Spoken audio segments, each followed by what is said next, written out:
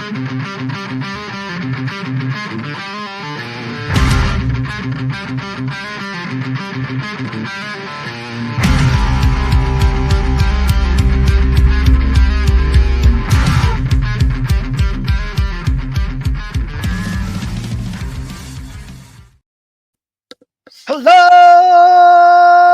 and welcome back to the British and Irish Eagles podcast. It is Super Bowl week, baby!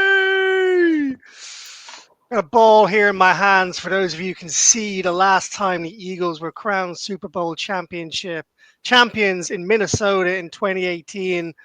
Boy, do we want to see those birds get back to it this coming Sunday. I'm joined by Tony, the Brain Brewerton, and Phil, the Fence Mount Stevens.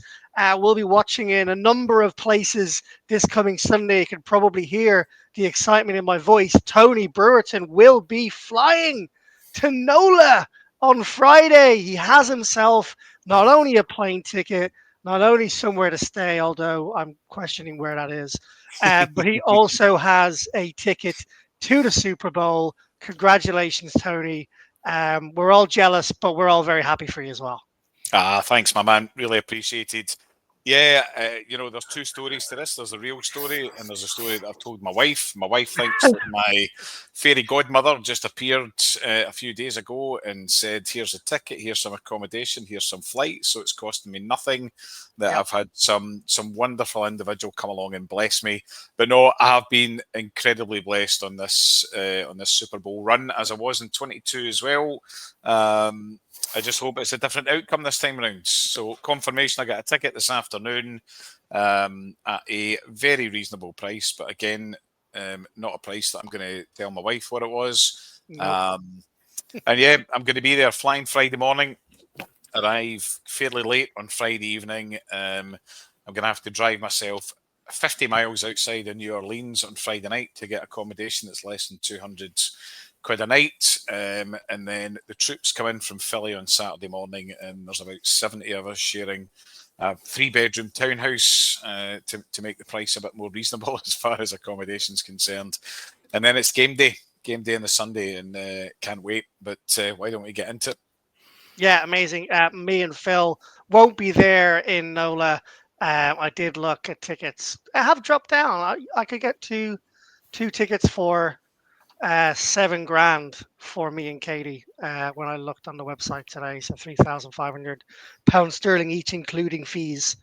But then when you add in the accommodation and the flights, you're looking at a 14K venture. I wouldn't be allowed to go on my own because I'll be divorced, and seeing as how we're all moving to the US soon, that's not a possibility anyway. Who has that kind of money lying around? But me and Phil will be at Passyunk Avenue, where the real fun is happening, where if we do lose, we won't be looking at our bank statement crying as much as Tony will. But don't worry, because that ain't going to happen. Phil, how are you, sir? You looking forward to Sunday? I know your kid is up and keeping you stressed right now, and hopefully he'll go down soon. Maybe he's excited for this Sunday as well, and he's having the same vibes. Yeah, less said about it, the better, really. I wish I was at Sunday right now. I love it. All right, look, let's get into this. It is Super Bowl week. The birds have arrived in New Orleans. The media circus is in full flow. We've seen our boy, some of our boy Jamal Singleton in the house over there. We've also seen Gio, the podcaster, ripping it up on social media with his green suit, asking Jalen Hurts questions and interviewing AJ Brown and all sorts, which is amazing to see. So we're gonna look first of how the 2022 Eagles stack up against the 2024 Eagles, and also, well, the matchup, not just the Eagles, both the Eagles and the Chiefs. We're going to also talk about what we think our Loch Lomond player to watch is, or the Loch Lomond player of the week, kind of reminiscing who that will be. And Phil, you've got someone, I've got someone, and Tony, you've got a take on that as well. We've got not much to update on the injury report because nothing's out just yet, and we needed to get this podcast out because we're all busy for the rest of the week.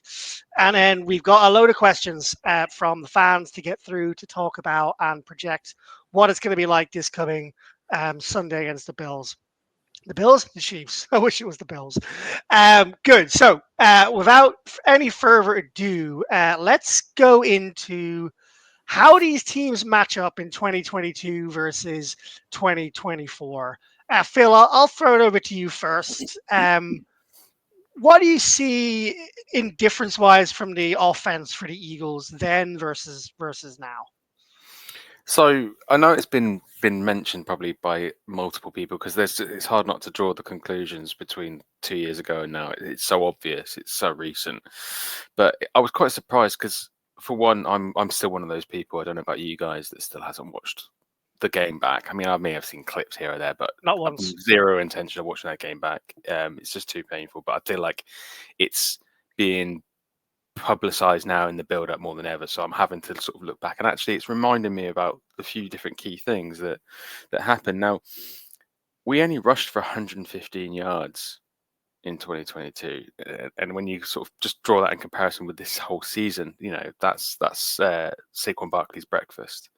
And his over and under is 111.5 on the betting line, so he alone is expected to That feels smash. low on the betting line, right? I think it was more. When I did the notes last night, that was what Bet365. Oh no, I'm not saying you're wrong. I No, just mean I feel no, it like he'll does. get the over on that. I Yeah. think it was. I swear it was higher than that. But when I went to check last night, that's what it was. Okay. And you know, Sanders Sanders went down and injured at the start of the game at the time as well. So, but it's just interesting the fact that Hurts. Well, we ran for 115 yards, and 70 of those were Jalen Hurts. And Jalen Hurts also got three rushing touchdowns on the night, and it just sort of really hammers home exactly how vital he was. He would have been Super Bowl MVP had they won, because basically it was all on his back. There was nothing really much going around. There was obviously a lot of other key players in there, but when you break it down just in that sort of that area for the rushing yards, the fact that Hurts got the vast majority and all the vast majority of the touchdowns, that's not been the case this season. So Hurts did get 3 rushing touchdowns in the last game. Yeah, touchdowns So did hasn't Saquon changed so Barkley. much. So, but the point being is that it's clear. The clear difference is, you know, the main difference for me is that the rushing game is so astronomically different and far elevated above that, and there's not going to be as much pressure for Hurts to put the team on his back and get us across the line. The whole team across the board, the defense, the offense, the rushing, it's just a million miles from that point. And I think that stat particularly just really hammers that point home. Yeah, completely agree. Seem to have lost Tony. Weekly occurrence, so let's not worry about it. I'm sure he'll be back. Yeah, I mean, so you know, we're going to get to our projected MVP for the game candidates in a while. So I won't overlabor the point on Hurts and what I'm expecting to see. But I think you've hit the nail on the head. You know, if Saquon Barkley has the game he had, his average game this year, and to be honest, if Jalen Hurts has his average game this year, if they both have their average game this year, the Eagles win. You know, in terms of turning the ball over, in terms of touchdowns, in terms of yards, even Jalen Hurts' average passing yard. If you couple that with the rushing touchdowns he gets on that game, the rushing yards, as well as what Barkley does, you know, the Eagles win. So yeah, I agree. It's interesting. Special teams is jotted down here as 2022 versus 2024. We all remember Michael Clay, 31st ranking in special teams, and you know, in the last kind of 2 years, he's kind of pulled that back a little bit to the point where Mick, I think, took his poster down from his dart wall at one point. Don't know whether he's resurfaced there or not. Interestingly, though, one thing I will say, and I brought up a number of times, is I was asked pre-postseason by Mick what was my biggest concern going into the playoffs and the Super Bowl, and I said at that time it was Jake Elliott missing an important field goal. And I still feel like that is the biggest risk to the Eagles losing against. We can hear you, Tony, if you can hear us. It's the biggest risk to the Eagles losing, especially in what I can foresee being a tight game. I know a lot of people are talking about this being a blowout, or it don't need to be close. I get that, but this is the Chiefs. This is Patrick Mahomes. This is Spagnola. This is like Tony's having a Mickey fit in the background. I don't think he realizes we can see her here. Let me put him on mute. Can you put him on mute there, Phil? I can't seem to do it. Can you hear us, Tony? Okay. I'm trying to put him on me, but it won't let me. I'm removing him from the stage. Can you text him while I ramble on about this and let him know what's going on? I still feel like Jake Elliott is our biggest weakness going into the game. He did play well. He played better in the NFC Championship game, but I just don't trust him at the moment. So I still think that's special teams. While we're better, across the board in terms of defending. I mean, we remember that there was the punt return by Kadarius Toney that brought the ball all Yeah. the way down. I'm confident. I'm confident nothing like that will happen, which could swing the game. Am I confident that a missed field goal might be a difference? Might not be a difference maker. I'm not so sure. What do you think about Exactly. It's not that they're when we think about the aspects of the teams that have been, the defense and the offense have been massively improved. Special teams isn't on that level by any means, but they've been, as I like to say, missing. They've been sort of a grey man in the background. They've neither done anything good nor bad. They've just been sort of consistent enough not to cause you any significant problems. Obviously, Jake Elliott being the worst, the most obvious point of that to say, well, he has been pretty poor this season. But in general, like the returns have been sort of good, 10, 20 yards, safe returns. There haven't been any fumbles on the returns so far, and it's a case of, you can mitigate Jake missing. We've managed to win in spite of Jake missing the odd kick here or there. So I think the special teams, you just want them to be solid. You just want them to be in the background cracking on. You don't want to be hearing their name, as we say about players. Sometimes that's a good thing. When you don't hear special teams being talked about, that's a good thing. Welcome back, Tony. Can you hear us, Tony? I did put you on mute there. I can hear you perfectly well. Sorry, and if I was on screen throwing a tantrum there, It was like watching a silverback gorilla realize that he can't get to his banana. I have spent a fortune on fiber broadband and connectivity between the router and up here, and I give up with it. But anyway, more important things to talk about than my internet problems, gents. To be honest with you, I think that added to the comedic effect of this podcast quite a lot. So I'm quite happy it happened. We haven't really got that far. We just talked about the special teams and the difference on offense. One thing that I would like to throw your way, Tony, because I know how much a big proponent you are of defenses win championships, and what more of a pertinent time to bring that up now that the Eagles are in the Super Bowl against one of the brightest offensive minds we've ever seen and one of the best quarterbacks we have ever seen grace this earth. I just want to read you out the starting secondaries for a second for 2022 and 2024, and then I just want to get your thoughts on how important this defense is going to be and how you think they're going to match up. So people might forget what our starting secondary was like in 2022, right? So the two players who are still in their positions are Darius Slay at quarterback and CJ Gardner-Johnson at safety. Obviously, CJ went away and came back in between then and now, right? So now let me compare the three players we had then at the other cornerback position, the corner slot position, and the other safety. So we had Bradbury, Maddox, and Epps in 2022. Bradbury, Maddox, and Epps. Let me throw you Quinion Mitchell, Cooper DeJean, and Reed Blankenship. How much of a lift in talent is that in those other three positions? And talk to me about the rest of the defense and what you're expecting to see, Tony. So I've got a feeling that my internet's going to go slow again, but let me make an attempt at this and just nod your heads if you can hear me. So defence just does win championships. I remember very clearly on a pod a number of months ago we were bestowing all praise onto Vic Fangio as a result of the turnaround, possibly week 6, week 7, week 8.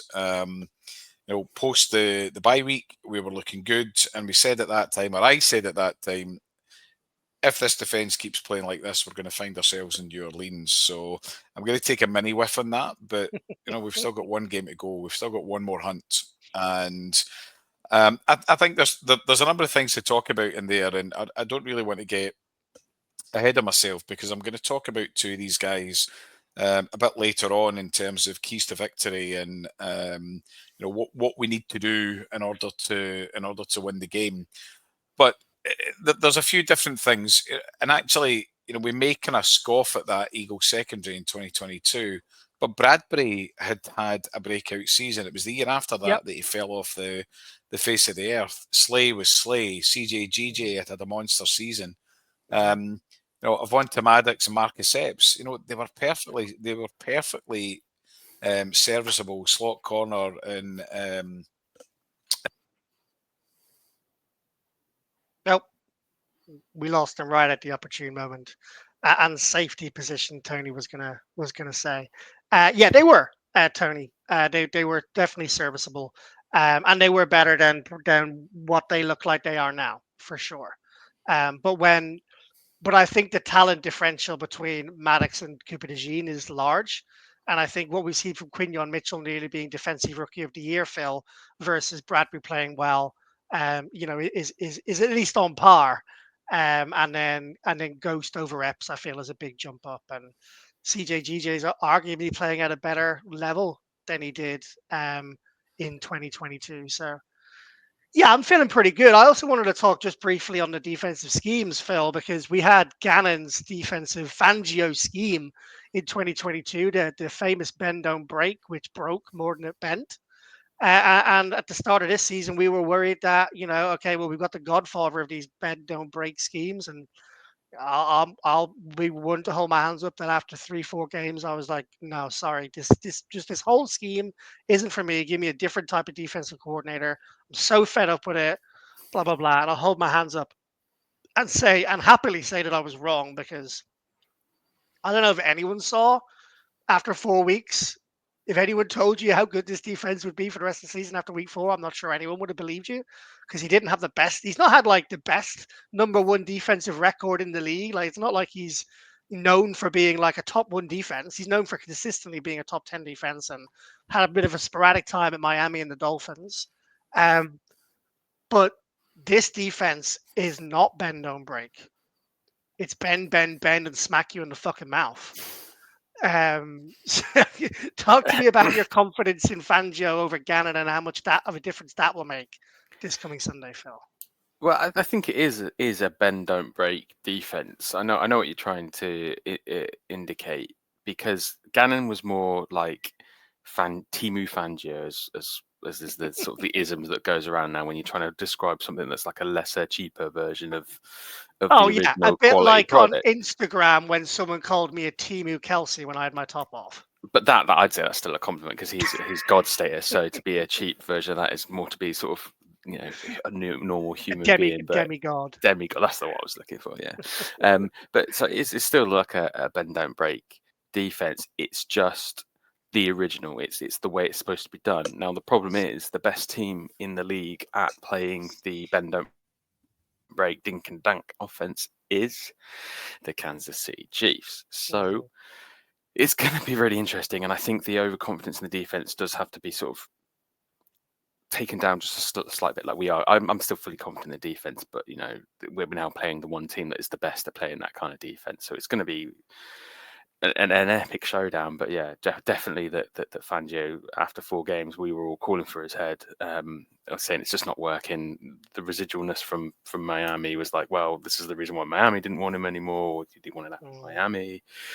And it just suddenly, after the bye week, just sort of flipped on its head, and everything started coming good. Now, listening to the PHA podcast, they made a very good point that, looking at his time in Miami, it was they were scraping people off the sidewalk to come and play in the defense, and Fangio blitzed a ridiculous amount more than what he does now. And that was purely because he didn't have the time, he didn't have the personnel to spend to develop and to get them into his scheme the way he wants to. Things take time, I think, with Fangio. He's very much methodical. He's got a system, and it's not just something that happens overnight.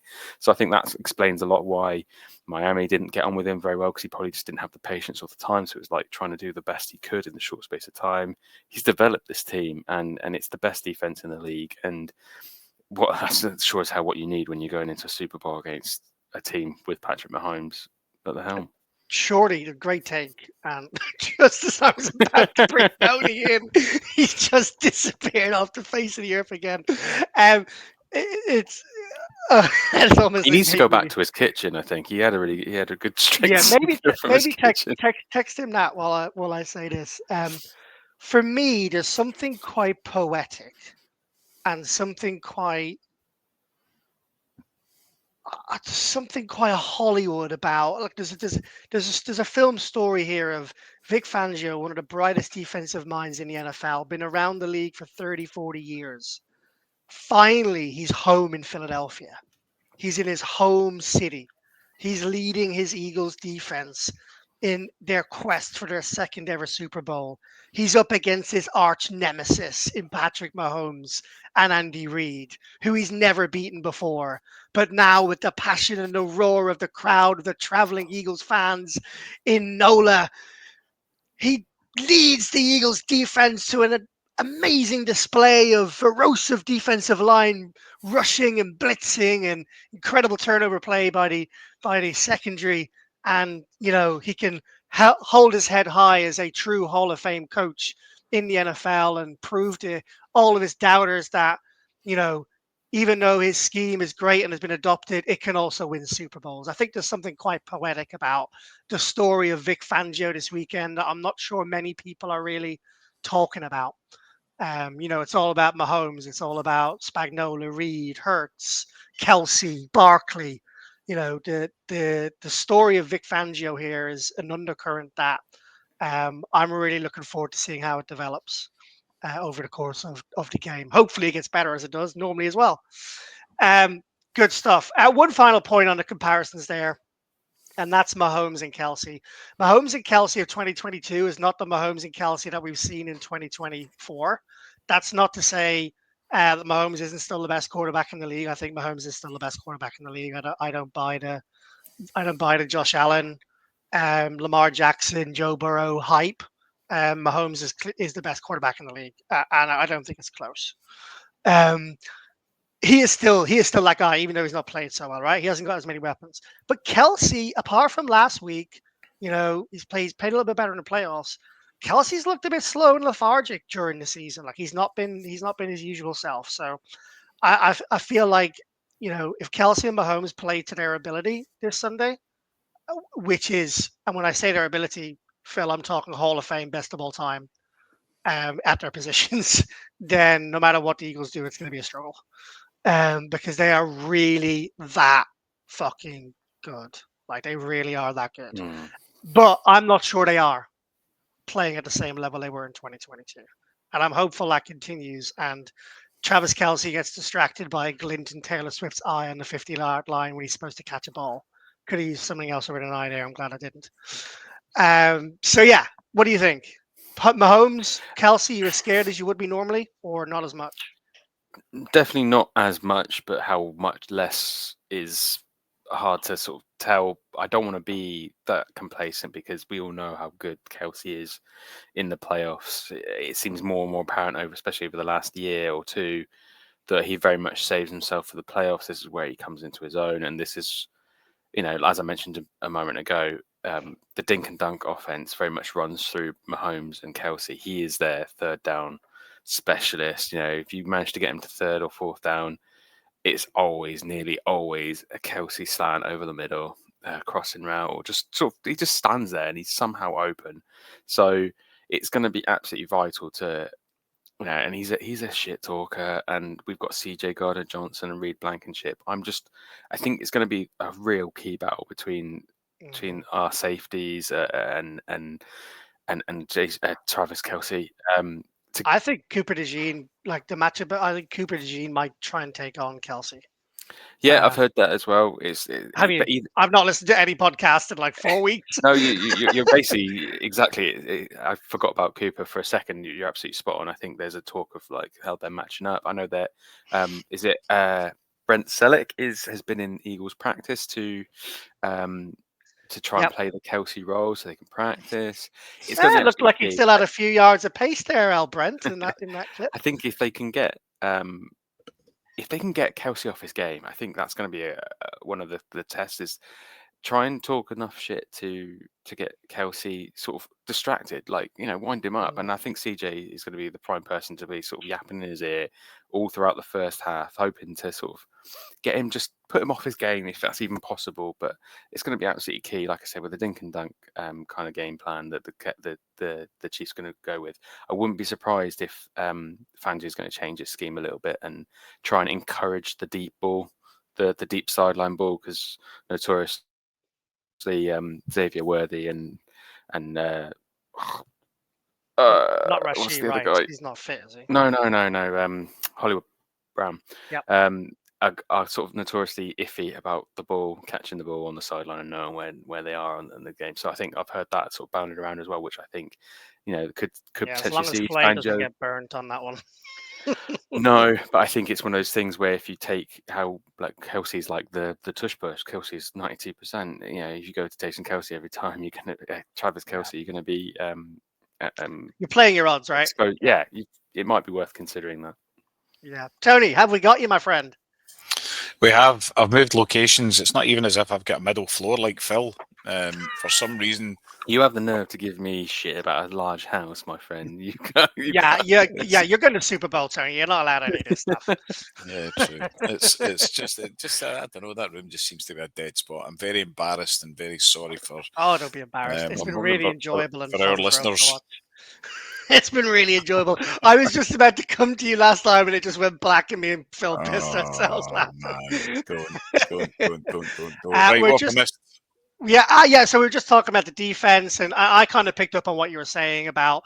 I know they were playing at a high level, and it wasn't like they were bad players at that level. But when you look at the talent of those positions, there is still an elevation from that point. We touched on Fangio versus Gannon and a bend don't break, and all that kind of stuff, which was fun to discuss. And then we were just talking about Kelsey and Mahomes, and are they the players they were in 2022? I think Mahomes is. I think Mahomes always will. What are you laughing about? All you missed? No, I'm laughing because I went on a 4-minute monologue and basically said all of those things. I was looking at the notes. I was looking at the notes page as I was saying it, and some notes that I'd taken myself, and then came back to the main screen and it said that I'd been disconnected, and I didn't have a clue how long I'd been disconnected for. You were disconnected right after you ended. Rage. After you finished naming the secondaries. No. So anyway, we picked it up. We got you covered, Tony. Good man. Thanks, and I was mentioning, and delighted to know that other Eagles beat writers are thinking the same as I have, because I've not listened to a podcast at all in weeks other than hours. That they also think Cooper DeJean could be a good matchup for Kelsey. And I have a sneaky feeling that is only surfaced in my mind in the last 2 minutes while we've been talking about it. And I know we're talking about MVPs of the games and players to watch later on, and I won't change mine. I think Cooper DeJean is going to have one of the biggest games of his career in the Super Bowl, and I think he's going to be a long way to the reason why the Eagles win. I just have a feeling, and it now will not leave my mind. Cooper DeJean all the way. Right.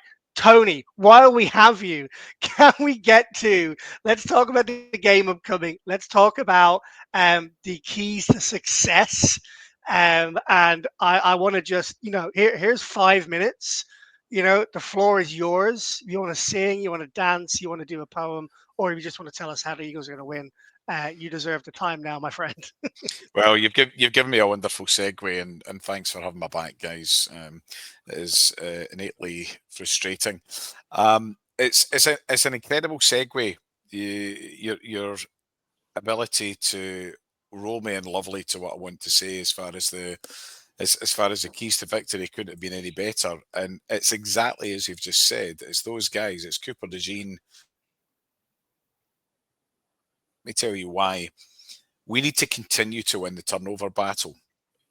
And when you look at the turnover battle in the postseason, and okay, we played 3 games, the Chiefs have played 2. We had 10 turnovers in those 3 games. We've got 4 interceptions, 6 fumbles. Chiefs are -1, and actually they're lucky to be -1. They have had many turnover-worthy plays that they've somehow managed to recover. They've managed to get on top of the ball and prevented themselves from being more than -1 behind. That was a fumble. We are the masters of fumbles, 6 of them in the last 3 games. Now, we all know what happened in Phoenix and how devastating that scoop and score was. And they end up, it provided, a critical part of the loss, and you've covered off very adequately some of the other things, one of them being a special teams play. So let's discount special teams. You've covered that already. What are the 2 ways that we will affect the turnover game the most? The first is Jalen Hurts. Now, this is a guy who's had no turnovers, and I'm going to touch wood as I say that, and goodness knows how What many type? games now. He is being safe with the ball. He's playing wisely. And I know, Liam, you said in the pod last week that you want him to maybe throw off the shackles a bit. However, Jalen has been a master at managing the game and not turning over the ball. So it's over to our linebackers and our secondary, and it's those guys that we've just spoken about. It's Cooper DeJean, it's Reed Blankenship, it's CJ GJ. Now, we've had 2 interceptions from Q. We've had an interception from Slay. We've had an interception from Bond in the postseason. Now, as you've rightly predicted, the Chiefs' way to win is going over the middle and doing most damage over the air. In the air, I think that our defensive line has the match of their offensive line. They're not going to run many yards on us. I'm fairly confident about that, which is this dink and dunk, as Phil was just talking about. It's the short passing over the middle to Kelsey. It's the short slants to Xavier Worthy, to Hollywood Brown, these kind of guys. I don't think they can go over the top. So we're going to lose the game just behind our defensive line in that area of danger, particularly where Travis Kelsey operates. Step up Coop, step up Reed, step up CJGJ. This stage is set for them to go down in Eagles history. They can become the legend that Brandon Graham is for his strip sack on Tom Brady 7 years ago. Sunday's their day. If we win the turnover battle, then we win the Lombardi. It's as simple as that. Yeah, I love it. And I hope you're right. And look, based on what we've seen this year, in terms of how we've won games, I think you are right. I've got a slightly different take, but I think the Eagles win the game one of these 2 ways, and I think it's all down to how Mahomes plays, to be honest, and how our defense plays. Because basically, I said on the last podcast, I think it was the last podcast before Washington, that Barkley would be the difference maker in the game, and that normally every year we would say would be Jalen Hurts, because the quarterback is the most important person on the field. And to win a Super Bowl, you need a quarterback performance worthy of winning a Super Bowl. Jalen made one 2 years ago, but it still wasn't good enough. Regardless of what you say, it just still wasn't good enough to beat Reed and to beat Mahomes and to beat the refs. um, I've softened on my Barkley as the most important person now, and I've gone back to Jalen Hurts again because of what I saw against Washington specifically, and because those people out there who think this is going to be a blowout game, and I said it earlier while you were off, it ain't going to be close. Like, people keep messaging me from Philly saying it ain't going to be close. I know it ain't going to be close, but this is Patrick. This is Patrick Mahomes, right? This is Spagnola. This is Andy Reid. This is Travis Kelsey. You are not going to blow a team like that out of water. They have too much on their defensive mind. They've got too much on their defensive side of the ball. They've got too much on their offensive minded coach, and they've got too much talent in their quarterback and their tight end. This game is going to be close, and I don't think the Eagles win this game by being conservative. I think the Eagles win this game by outscoring Mahomes and outscoring Kelsey. And I think our defense has enough to keep the Chiefs to less than 30 points. I do. I think the Eagles defense will keep the Chiefs to less than 30 points, but I think the Eagles are going to need to score more than 30 points to win the Super Bowl. I think they're going to need to score more than 30 points to win the Super Bowl, and I hope I'm wrong, Tony. because I don't want to have to watch the Chiefs score 27 points on Sunday and a score 31 to win it. If we won fucking 9-3, I'd be just as happy as if we won 51-2. I don't even need to see a touchdown. I just want us to hoist the Lombardi trophy. But it's Mahomes, it's Reed, it's Spagnola, it's Kelsey, it's the Super Bowl, it's the playoffs. It's what they do. They do stuff they haven't done all year. You say they might be dink and dunk. I won't be surprised if the first play is in a long ball to Worthy out the gate that we're not expecting, and they go for a touchdown. They bring up their biggest moments and the most important moments. They've done it consistently. Again, this is completely my opinion. I could have said all of what you said and said it with just as much conviction as that's the way we're going to win it, because I don't know. But I genuinely don't know, and it all depends on how well, like the ghost of Mahomes pass. Like, is he going to be that godlike figure again? Because I said it earlier. Like, as much as we all hate him, and a lot of people hate him, he is streets above every other quarterback in the NFL in terms of talent. It's not even close, in my opinion, with him and Allen and Lamar and Burrow and Hurts. He's that good. So as long as we can score more than 30 points, in my opinion, and we're going to need Jalen to do some of that himself because they're going to have a plan for Barkley, then we win. But Tony, I would rather you were right. The your pick of Jalen Hurts got me thinking about is an analogy that I think Elliot Shaw Parks came up with quite a while ago now. So it's not going to be specific to this situation, but the way you're talking about Hurts there is that he used to he created the debate about what is the most important part of a car, and Okay. and he was just like, we always talk about the engine, like, the engine, and how good, like how exciting the engine is. Saquon Barkley is the engine of the car. And we all talk about how exciting it is, how powerful it is, how good it is, and then how it's going to make us win the race. But the engine ain't going to get you anywhere if you ain't got a good set of quality tires that are going to get you on the road and are going to see you on your journey. And I think Jalen Hurts are the tires of the car. He is, it's not necessarily the most exciting part of the car. It's not the bit that's going to sort of wow people at times, although he's more than capable of doing that. He is the one who's going to facilitate Saquon Barkley as the engine to drive us to the Super Bowl win. So it just got me thinking Yeah, about that. it's a good That was pretty analogy. accurate. And look, what do you judge quarterbacks on? We've had this debate all year. Do you judge them on passing yards, completions, touchdowns, or winning football games? That's what it all boils down to. I really hope there isn't a scenario in the future where we lose the Super Bowl, Jalen Hurts and Nick Sirianni are moved on, and then we look back and go, "Fuck, the grass really wasn't greener on the other side." But yeah, Tony, any more to add on that? I think they're all good takes, so we'll go to Phil for his key to victory. Oh, I'm interested here what Phil's got to say. Yeah.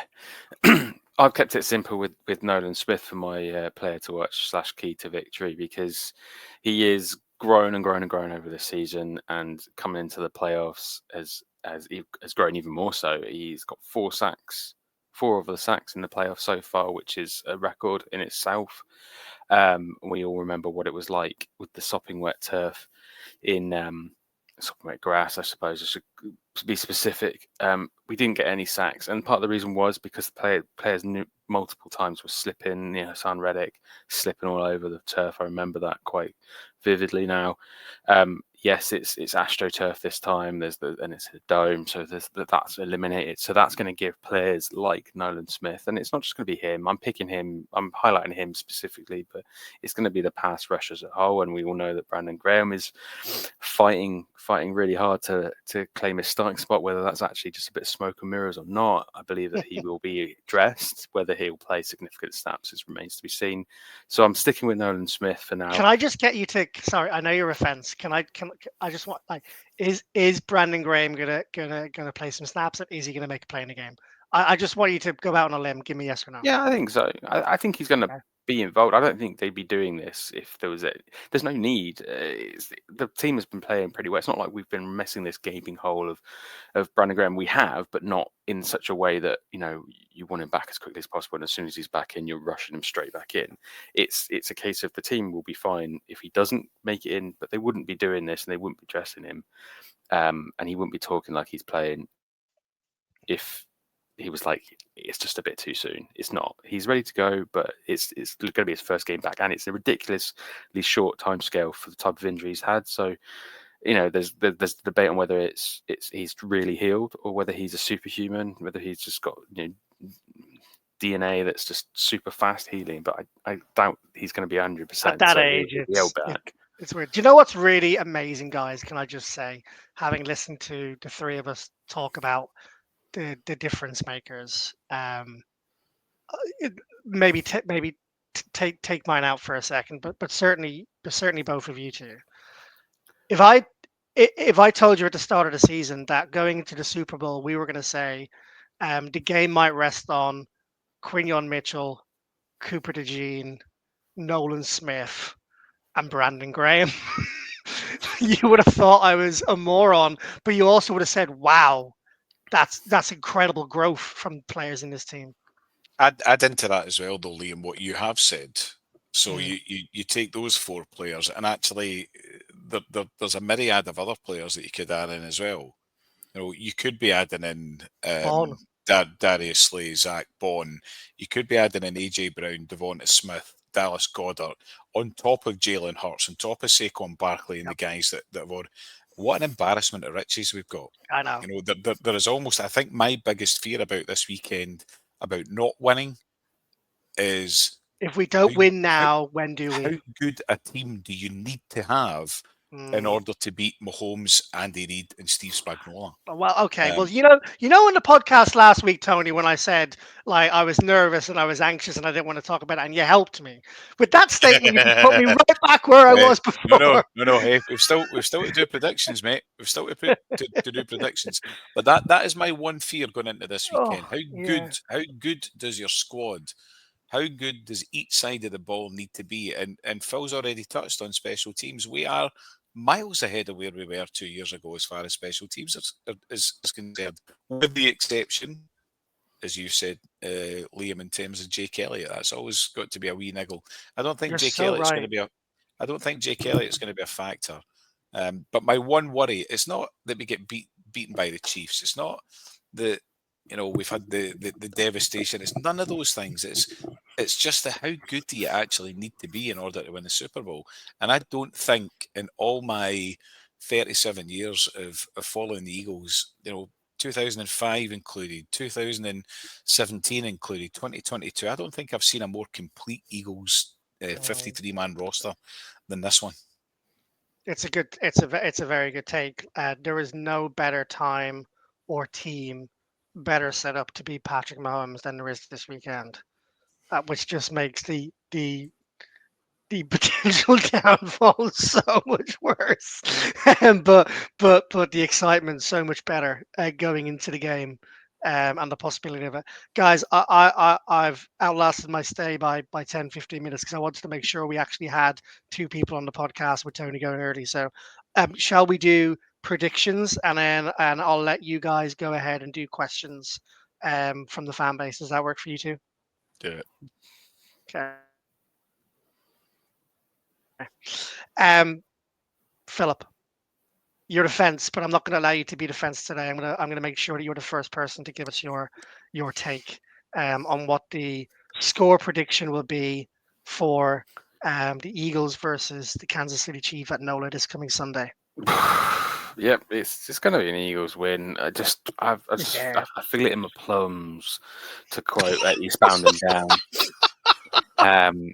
And it's, if you ever see the outtakes of that, the Will Ferrell affiliate, like the guys just can't keep a straight face, and it's making me giggle right now. I feel like Tony in his managerial meeting today, but we'll scoot over that. Oh no, let's skip the over that statistics. Tony, why are you laughing?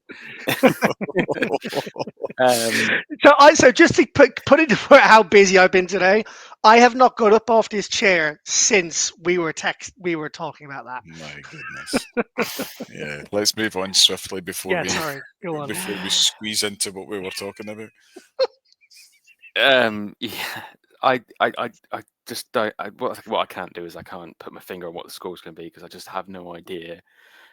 I'll pluck some numbers out of the air as I always tend to do, and I feel like we are going to get close to what we got last year, 2 years ago. Sorry, into the 30s. but I don't think we're going to let the Chiefs stay on our coattails as much as we did.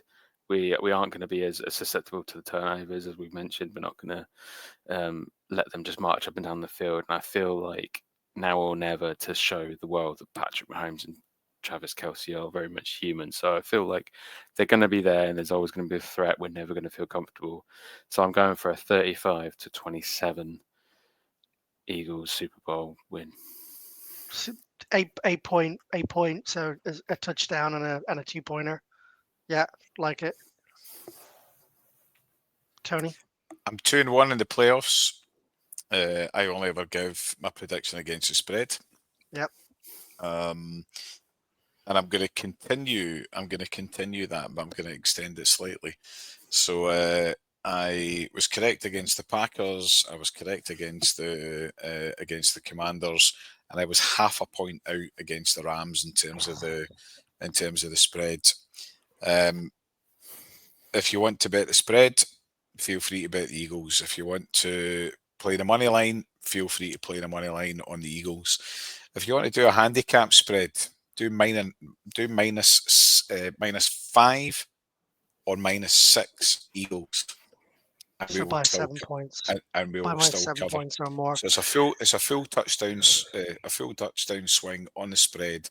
Eagles win the Super Bowl by at least 6 points. Love that. Love the confidence, boys. All right. Well, come on Yeah. then. So I have the Eagles winning. I do have the Eagles winning. And I'm not just saying that because I need to say it as a host and as a joint owner of the British and Irish Eagles. I'm not just saying that because I need to hear it from my own voice going into the game. I truly believe the Eagles will win against the Kansas City Chiefs. I do not think it's going to be blowout. I think it's going to be close. I had by a score in my head, and I don't know whether that score is by 1 point or by 6 points. But it's not, in my opinion, it's not more than that. But I will give a total. I will go Eagles 31, Kansas Chiefs 28. I think the Eagles win by 3 points. And I was interviewed earlier on today. Article will be released in a couple of days. It's a Birds International takeover article that's being done by a big journalistic media output. And I talked about Jake Elliott and my concerns. And the guy who was interviewing me, Isaac, turned around and went, "Yeah, but wouldn't it be so sweet if Jakey boy put it through the post to win the whole thing?" And I went, "Yeah, that would be incredible." I really fucking hope it doesn't come to that because my nerves will be on the floor. I think the whole world will be because a lot of Eagles fans out there this weekend more than most. So the Eagles by 3 for me, Tony. I would have to say that it would be one of the most poetic things to happen. Just given what happened in Phoenix 2 years ago, the drama of the flag on Bradbury, the running down of the clock, and the 3 points to win it all for them. I think it would be particularly poetic just to give them a bit of a taste of their own medicine. And I will just say one more thing. Phil, I remember vividly arm in arm with you for pretty much the entire Super Bowl game 2 years ago at Passyunk. And I remember the elation that we both enjoyed together. Probably tears before even we lost. There were moments in time where I remember me and you were just sat down watching the game when everyone else was jumping up and around. And I remember Maura coming over and putting her arms around her and going, "My boys, it's going to be okay. It's going to be okay." And we were just focused on the game. It's going to be hard to really enjoy the Eagles being ahead if they go ahead, given what happened in 2022, and knowing that it's Mahomes and co. So a bit of advice to everyone out there, having experienced the huge highs, especially if you're a new fan to the Eagles, If the Eagles are up 2 scores by halftime, please don't be singing. That's not time to get the whiskey out, Phil. This game is going to be tight. I hope I'm wrong. It's going to be tight, but I firmly believe the Eagles will come out on top. I feel like the scrutiny on the Eagles and the refereeing decisions now, on such a stage it is, if they make any calls which are so blatantly obvious in the Super Bowl now, I think it's at that point where something would have to happen, and it would be too big for it to happen again. So I'm feeling a bit more confident about that from the refs, and I just think the Eagles have enough to beat them all over the park, and I hope that comes to pass. Right, gents, that's enough of me talking. This is the last time you will hear my voice in the 2024-2025 season. Next time you will hear my voice will be when we are discussing the Eagles' Super Bowl victory this coming Sunday. Phil, I will pass it over to you, my friend. Liam, you I very hope much. to goodness when we hear your voice next, it is one of elation, and that you guys have a wonderful time in Pass Young next week, and that goes for everyone that's going to be going to all of our watch-alongs this coming Sunday. Looking forward to talking about them soon. Good luck tomorrow, Liam. Cheers, man. And Tony, have the best time ever in NOLA. Do every UK and Ireland Eagles fan proud. Do us proud here at the British and Irish Eagles. I know you will. I want snaps. I don't care how jealous they make me. All right, boys, go Birds. Phil, I'll see you Sunday, my friend. Fly, See go you Sunday, Sly, man. buddy. Bye-bye. I don't know if you heard, Tony, and I apologize if you did. It wasn't directed at you, but when you said about how poetic it would be if Jake Elliott was to kick a field goal over to win them and to give them a taste of their medicine, my muttered under the breath, like that is, they won't take that message. We beat them by a Jake Elliott field goal, they would not give a shit. I want to ram it down their throat. This is Commanders territory. This is going into the game going, fuck that. I want to send a message Mahomes is gonna understand, which is, you cannot do this every year. You are not gonna do this every year to every team that you come up against, no matter what. And going back to the podcast that you and I did a few weeks ago, I think you were going to mention that, weren't you? I was, but keep going. And I'm trying to remember whether I specifically said they wouldn't win it or they wouldn't reach the Super Bowl. Obviously, they have reached the Super Bowl, but I still maintain the point that I don't believe they're going to win it. That's part of the reason why I feel confident, because I feel like they haven't come up against the right team. The Eagles are the team to snuff out that luck and be able to compensate for the luck of having the rub of the green with the refs and the Patrick Mahomes factor and the Travis Kelce. I feel like if there's a team out in the league right now, it's the Eagles that are capable of doing that. Right. Not normally breaks iron themselves out, Phil. And I feel that we've got a bit of ironing to do. There was the pitch in Phoenix. There was the pitch that went against us. There was a refereeing decision that went against us. There was just a break of the ball as far as a fumble was concerned. There was one missed tackle that led to a huge punt return. All of those things can't go in your favour. And this season we've been so good that we've been making our luck. We don't need luck to present itself to us. We're making it. And that's why I'm so confident going in. But boy, oh boy, Phil, am I 100% behind you in giving them an absolute tanking. There is nothing more that I would like to be in the same situation as we were against the Commanders, just having a party going into the fourth quarter. And Liam's right in terms of, we need to be guarded. 10 points up at halftime in the last Super Bowl wasn't enough. But 16, 17, 18 points up going into the fourth quarter this time around will be enough. And I just hope to goodness that we're there. I don't need the stress of another Eagles narrow win. But if it came down to it, and it took 3 or 4 years off our life expectancy, Phil, to see Jake pop one over from 30 yards to win it in the last second of the game, well, do you know what? I'll take that poetry as well, man. Of course. I don't know if I literally, I think the last time I felt how I would feel in that moment was the Rams game. Just before the goal at the red zone stand and the Jalen Carter sack, and that's I've never felt like I just can't watch, and I just that sinking in here, feeling that pit, I just don't want to be there, man. And don't get me wrong, that's kind of the reason why I want to be in Passion, because I want to be surrounded by people who are going to pick me up after I'm down. Same as when we were in Philadelphia for the Jags game. I felt that then. I felt like this is going to be humiliating defeat, and we managed to draw that back. And I was sort of glad to have the Birds Fly Home crew there to sort of really buoy me up back up, because I was through the floor.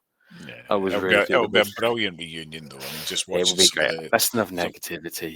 Yeah, indeed. Let's have a bit of fun with some of these questions. Yes, absolutely. We'll do a couple of sign these off. questions. Yep. We'll cap it off at the hour if we can. I might not get to all of them, guys, so I apologise, but we'll do a couple. Is there any that catch your eye, Tony, that you want to address first? Why don't we just run through them, give some name checks, and give some short answers. So I'll start off with Mark Smith. Thanks for sending in a question, Mark. I think you've done a couple of them. So Mark's first question was, who will be this Super Bowl's Corey Clement? So as a reminder, Corey Clement, 2017, Super Bowl in 2018, February 2018. Corey Clement was an absolute hero in that game. One of the most fantastic touchdowns that you'll ever see in terms of a catch. So, Phil, who's your less heralded squad player that you think is going to snatch the headlines this time around? If I can go for Cooper DeJean, I think for the various reasons we mentioned earlier by Liam and yourself, that if he has a game that he needs to have against Travis Kelce, he is going to be that heralded player. People that are going to go, like, it wasn't the 14 Saquon Barkley touchdowns, it wasn't the 550 passing yards from Jalen Hurts, it was the Cooper DeJean pass deflections of Travis Kelce, and maybe the odd tackle for loss, I don't know, whatever. That he's going to be the guy for me, I think. Sorry, Mark, I'm going to be a bit boring, and I'm going to take Phil's suggestions counterpart, or the guy who plays alongside. For me, it's Reed Blankenship. Reed's going to step up and have an absolute barnstormer in this game, and I think it's going to be a Reed Blankenship interception that we're talking about this time next week as being the game changer. Phil, you pick one, man. Yeah, so we'll like you said, we'll go down the next one. So David Crowley has come up with a question to say, do we force a turnover in the game, and what needs to be done to shut them down? I feel like we covered this hereabouts in spits and spats, but do we force a turnover, and what exactly are you looking for in terms of what type of turnover? Are you looking for more the interceptions, or are you thinking that we need to get to Patrick Mahomes and force a fumble or two? I'm not sure. I'm not sure that we're going to get a forced fumble or a strip sack or anything of Mahomes. I think in the big moments he makes decisions very quickly and very wisely. We might find, if there's a bit of desperation in his mind towards the end of the game, because we're more than a score ahead, then possibly we could get some. But I'm seeing that it's going to be a forced fumble, or particularly an interception, just in that kind of linebacker secondary area of the field, where whether it's a CJGJ or a Bond or whoever just coming in and punching the ball loose. And if it's an interception, then it's going to be an interception on Kelce, which nothing more could make me happy than seeing an interception from Mahomes trying to get to Kelce.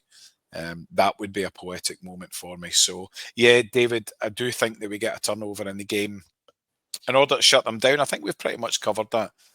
Phil's spoken about the pass rush and the importance of Nolan Smith. Obviously, there's Jalen Carter, Milton Williams, Jordan Davis up the middle, and I think we continue in that this weekend. They've got a decent offensive line, but I don't think it matches up to our defensive line and pass rush. So I think that's what we need to do to shut them down. Stay tight. Q has a good game. Slay has a good game. Those wee dinky donkeys over the middle of the park, and just making sure that they can't affect the run game, I think, David, would be where we would go to as far as shutting them down is concerned. Sounds easy, doesn't it? But unfortunately, as we've said, you've got Mahomes, you've got Andy Reid, the absolute gods of the game. So just need to keep our fingers crossed. Let's move on. Another one.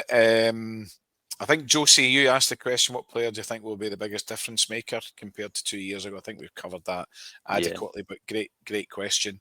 And Matt Kenny asked the question: what did the Eagles' defense need to do to keep Mahomes quiet?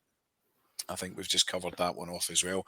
This is another great question from Mark Smith, though. Phil, you can take this one. With 2 minutes left in the clock, would you prefer to be 3 up on defense or down 3 on offense? Now, when Mark put this in the group, I refrained from giving my answer because obviously I can give it now on the podcast, but absolutely probably the top question I think that was asked, because it really got me thinking.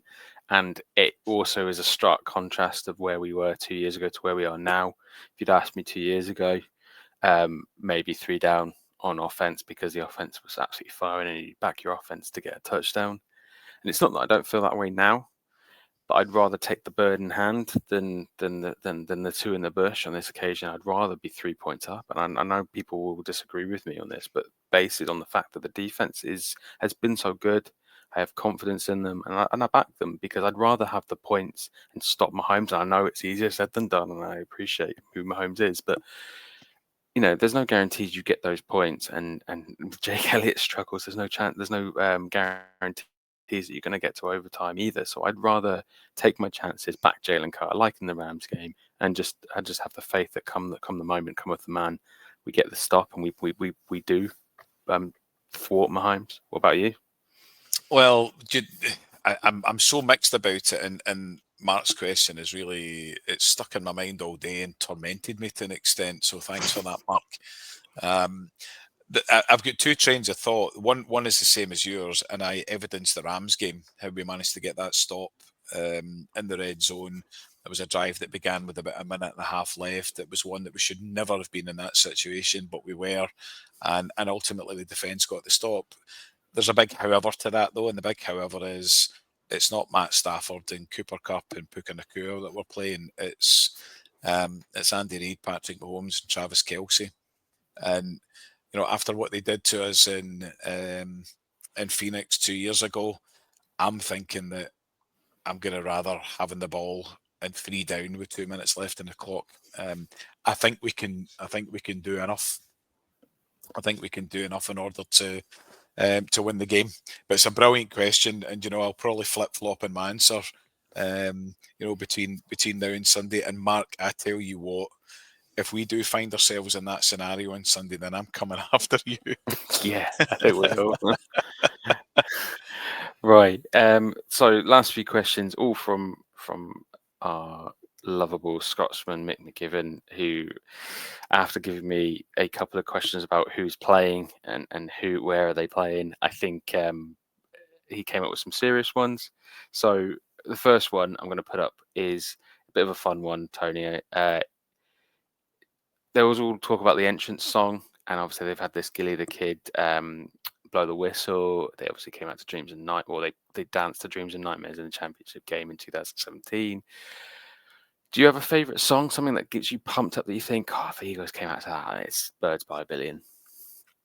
I would have said Dreams and Nightmares. I was gutted in Phoenix when we came out to Lil Uzi, I Just Wanna Rock, because Dreams and Nightmares was the anthem. It was the it was a lucky charm.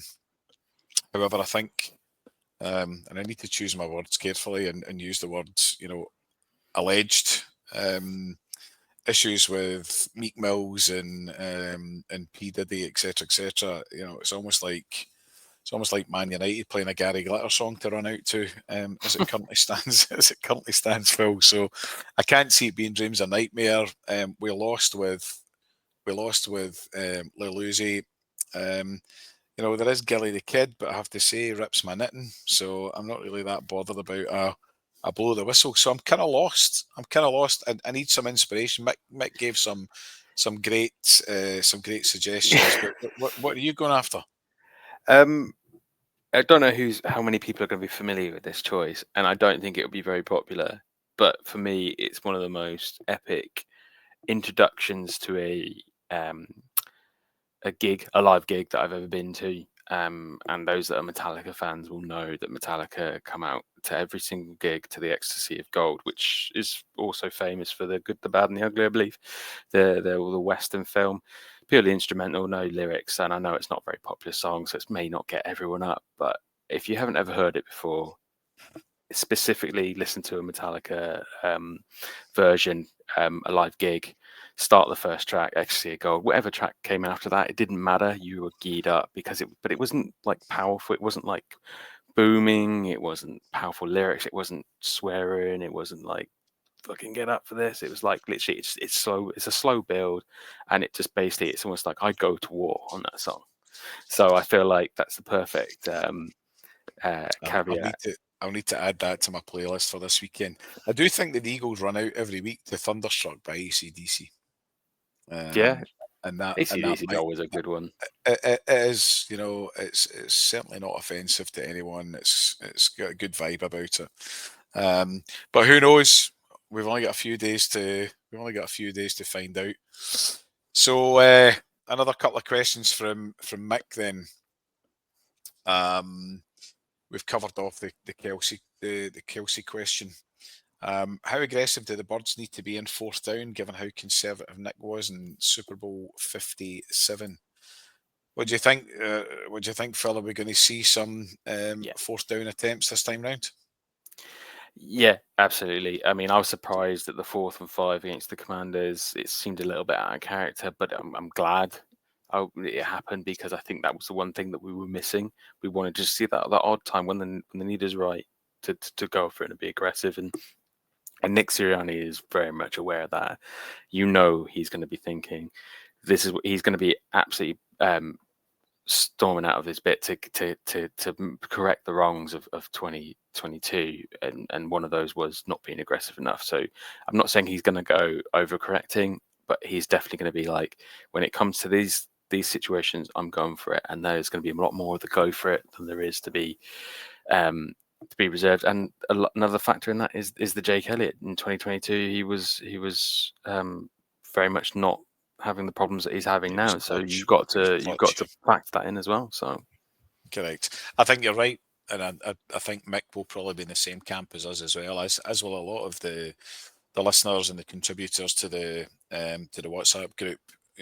I think what we've seen from Sirianni has been an element of analytical approach, and he maybe threw a bit of caution to the window with that 4th and 5th against the Washington Commanders, and maybe that heralds the final hunt. Sometimes you've got to take some risks. I think he'll take sensible risks this time round. He was just too risk averse in the last game, and heroes have bravery, and I think we're going to have some bravery on Sunday as well. Yeah, absolutely. I don't think we need to go to the last question. I think we can happily round it up there. We've talked enough to death about what we think. Before you do, Phil, sorry to cut across. You asked a question, and I'm actually really intrigued to understand what your answer to that would be. And the question that you posed in the group, Phil, was, what was the moment from this season that has made you believe the most? So a single play, a moment that made you certain that just gave you that punch the air moment that we were going to the big show and we've made it. So what happened? When was that moment for you, Phil?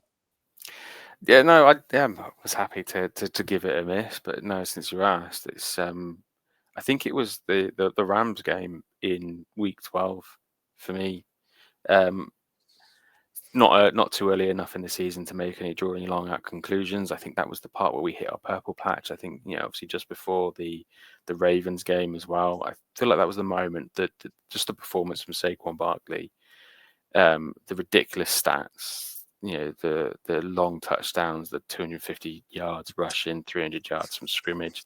I just feel like in that moment, you're like, if we don't make, I think it was more a case of, if we don't make the Super Bowl, it's going to be a travesty. And I think that's maybe a better way to phrase it, that it wasn't so much when I thought we are going to the Super Bowl. It's more like, if this team doesn't make it, this is going to be the biggest wasted opportunity in all of football. So that was it for me. What about you, Tony? Oh, it's funny. It's funny you say that, Phil. And actually, we've touched on the watch-alongs, and I'm sure that you're going to provide information for everyone for the watch-alongs this weekend. So there was a Rams game, and then there was the watch-along in Glasgow. So the Rams game really kind of piqued my excitement and the Ravens game just completely cemented it. And I think one of my lasting memories from this season, regardless of what happens on Sunday, was me, you, Liam, and Mick just sitting around that small table post the Ravens game, and we were allowing ourselves to get excited about what the rest of the season could bring. And the main topic of conversation at that moment in time was, can we go to Detroit and beat the Lions? And we said any given Sunday. And that was the absolute consensus around the table.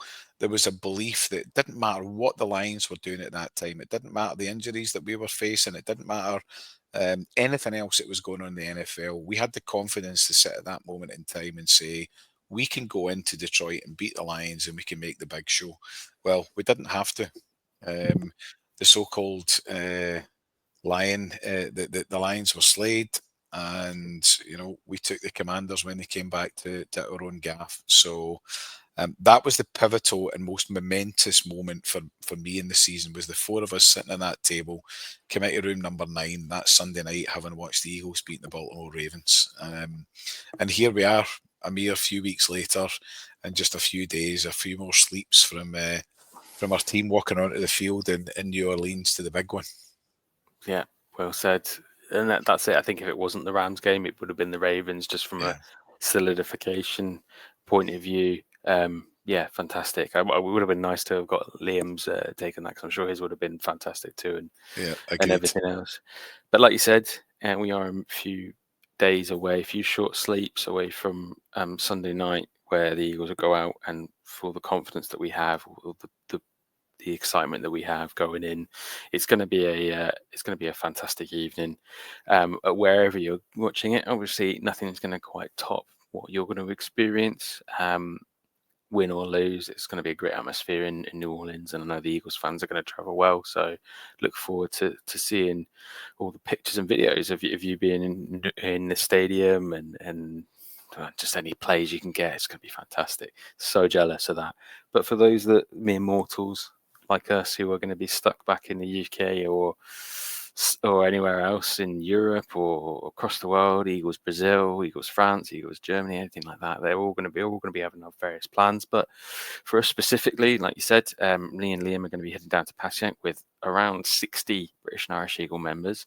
At last count, I think slightly more than that. To go into a few specific details for those that have been living under a rock in the WhatsApp group or emails, we are at capacity for our reservations in the Nick Foles bar. We have got the Nick Foles bar in Passyunk Waterloo booked out for British and Irish Eagles, but they are also doing, they've recently extended, so the capacity is bigger if you can get a reservation elsewhere. But they will be doing a tailgate in the tunnel underneath Waterloo Station, Leek Street Arches. There's going to be a screen outside, and in the tunnel there's going to be outside bars. And that is not a ticketed or reservation type deal. That is a turn up and do whatever the hell you want, whether that's shotgunning beers, playing cornhole, which I think there's beer pong, there's going to be shotgunning beers. It is a bring your own chair affair, so if you want to sit down, which I'm not sure many of us will be doing, you might want to bring something comfortable to sit on. That is the only caveat. If you want to come down and join us at Waterloo, you are more than welcome. If you haven't been aware or put your name on a list of anything, just turn up. It's fine. We won't turn you away. We're all going to be celebrating together, hopefully come 3 o'clock in the morning, 3:30 in the morning, I think it is due to finish. So please, by all means, come down. I know that the other sites across Passyunk in Fitzrovia and Battersea are probably going to be showing it as well. So by all means, come down and join it with us. We are also hosting a smaller gathering at Committee Room 9 with Mick McGivern's going to be revisiting the haunt where we beat the Ravens. He's got a reservation there. That will need to be your name will need to be on the list for that one, because that's going to be quite a popular one. But he's organising, getting together the northern contingent of the British Irish Eagles in Glasgow again. That's going to be a fantastic event as well. It might be a more neutral affair, but I'm sure the guys will more than make themselves heard in that one. Outside of that, I hope you guys, if you can't make it anywhere and you're going to be sat at home, I hope that you've got some good company. I hope you've got some good food. do not also forget, it may be a little bit late in the day to say this now, but Passy and Catherine, you do love bundles that you can order. I think it may be cutting it fine now, but if not, get down to your local butcher, get some ribeye steak, get some hoagies, get some cheese, get some provolone, get some onions, get some mushrooms, get in your kitchen, get some wings, stick them in the oven, part cook them, put them in the fridge overnight on Saturday, get them out of the oven Sunday, put some buffalo sauce on them, get them in the oven on Sunday evening, and have a great time either way, because I've done that before. During the COVID year, that's what I did, and I tell you what, it doesn't get much better than that. So I hope you all guys, I hope everyone listening and everyone out there has a great time watching. I really hope that we get the win that we thoroughly deserve for this season, and I hope we knock the Patrick Mahomes and Travis Kelce off that perch and fucking go Birds! Fly Eagles fly, brother. Have fun, everyone. Good luck.